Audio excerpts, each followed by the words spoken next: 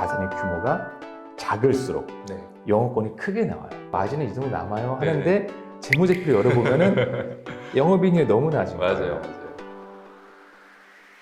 그러면 그 이제 모든 개인 사업자가 법인으로 전환할 때 가능한 건 아닐 거 아니에요. 이게 뭐 업종도 분명히 제한이 있을 것 같고. 맞아요. 예. 아까 말씀드린 것처럼 네. 똑같은 영업이익을 발생하고 있더라도 네. 그 회사가 얼만큼의 자산을 갖고 있느냐에 따라서 영업권의 규모가 달라지거든요. 네네네. 예를 상정해 보면 네. 매년 영업이익이 1억씩 나는데 네. 뭐 10%의 수익률을 가정한다 하면은 10억짜리 기업 가치를 갖는 회사잖아요. 네네. 근데 이 회사가 갖고 있는 자산을 식별할 수 있는 자산을 다 계산해 보니까 네. 어떤 회사는 3억일 수도 있고 네. 어떤 회사는 5억일 수도 있고 네네. 어떤 회사는 12억, 15억일 수도 있잖아요. 차이가 있겠죠. 네. 그럼 똑같은 영업이익을 발생시키고 있어도 그 회사가 갖고 있는 자산의 규모가 작을수록 네. 영업권이 크게 나와요. 아. 그러니까 이런 거죠. 우리가 어떤 회사를 갔는데 네. 회사에 뭐 자산이라고 할 게 없어요. 사무실에 책상 하나 덜렁 있어요. 네네. 근데 매출액이 크고 영업이익도 많이 나와요. 우리 그러잖아요. 아, 대표님이 되게 능력 있나 보다. 네네. 영업력이 대단하신가 보네. 그런 회사가 많이 나와요. 아. 자산이 작을수록. 근데 어떤 회사는 갔더니 공장도 엄청 크고 기계 장치가 엄청 맞아요. 많고 예. 이러면 영업권이 안 나와요. 아, 그렇군요. 네. 지방 쪽에는 사실은 영업권에 대한 솔루션을 갖고 해결하지 못한 분들이 많은데 네.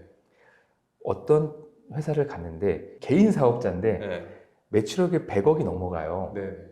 영업이익도 한 20억, 30억씩 나요. 음. 근데 세금도 그동안 엄청 많이 내신 거죠. 네네네.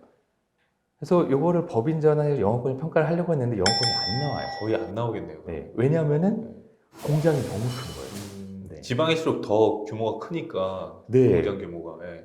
그러기도 하고 네. 뭐 지방이 아니어도 사실은 수도권에 있는 제조업 있잖아요. 네네네. 제조업은 영업권이 안 나오는 경우가 많습니다. 아, 그래요. 오히려. 네, 왜냐하면 부동산이 비싸니까. 네. 네. 그래서 제조업 그리고 특히나 어떤 기계 장치를 많이 갖고 있는 이런 사장님들은 네. 개인 사업자를 법인 전환을 할 때 영업권이 안 나오는 경우가 많아서 현물 출자나 다른 방식을 하시는 경우가 많고요. 네.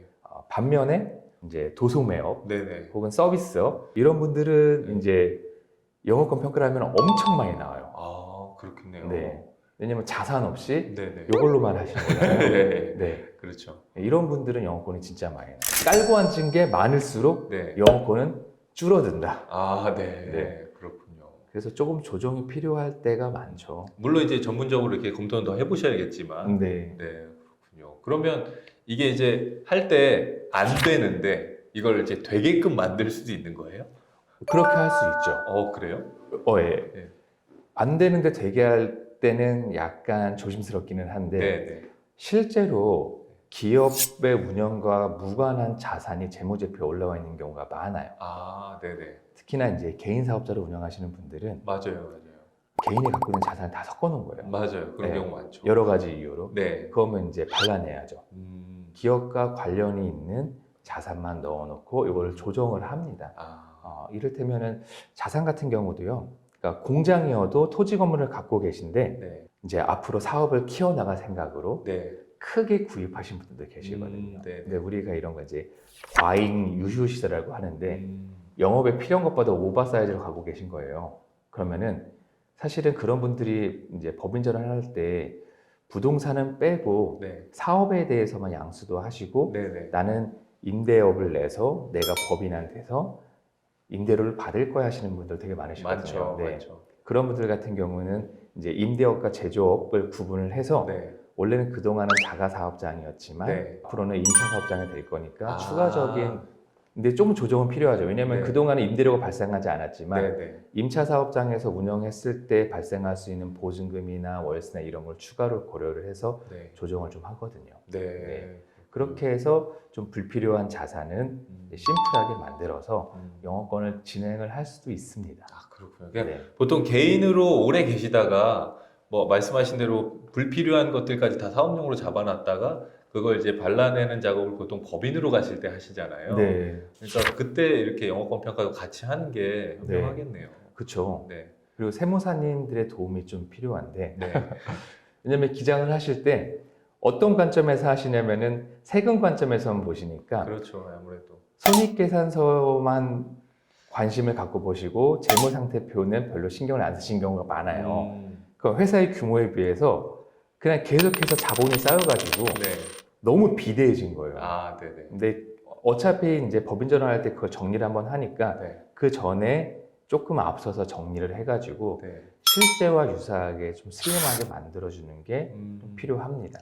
특히나 이제 법인 전환 시점이나 혹은 이제 설립 시점을 연초로 하잖아요. 네. 그러다 보니까 시기적으로 지금 굉장히 문의가 많겠네요. 그렇죠. 네. 이제 미리부터 좀 작업을 하셔가지고 하는데 대표님 혼자만의 생각 말고 네. 세무사님이랑 협의해 조금 보셔야겠네요. 네, 해서 이런 계획을 갖고 있으니 네. 이렇게 하자라고 해주셔야 돼요. 왜냐하면은 아까 말씀드린 것처럼 네. 영업권은 일단은 영업이익이 높아야 되고 네네. 자산이 별로 갖고 있는 게 없을수록 유리한데 개인 사업을 하신 대표님들이 이제 우리 사회에 갖고 있는 하나의 어떤 습관적인 내지는 관습적인 행동인데 네. 비용을 불려서 영업이익을 줄여서 네. 세금을 가능하면 적게 내려고 하시는 분들이 많거든요. 일반적으로 그렇죠. 사실 뭐 거의 그렇죠. 네, 다 그렇죠. 네. 근데 이거를 이제 법인 전환을 하려고 하면은 그것 때문에 실제로 대표님이 갖고 계시는 그런 우리 회사의 수익률은 이 정도야, 마진은 이 정도 남아요 하는데 재무제표를 열어보면은 영업이익률이 너무 낮은 맞아요, 거예요. 맞아요. 그리고 개인 사업자에서는 네. 대표님의 임금이 빠져 있거든요. 네네.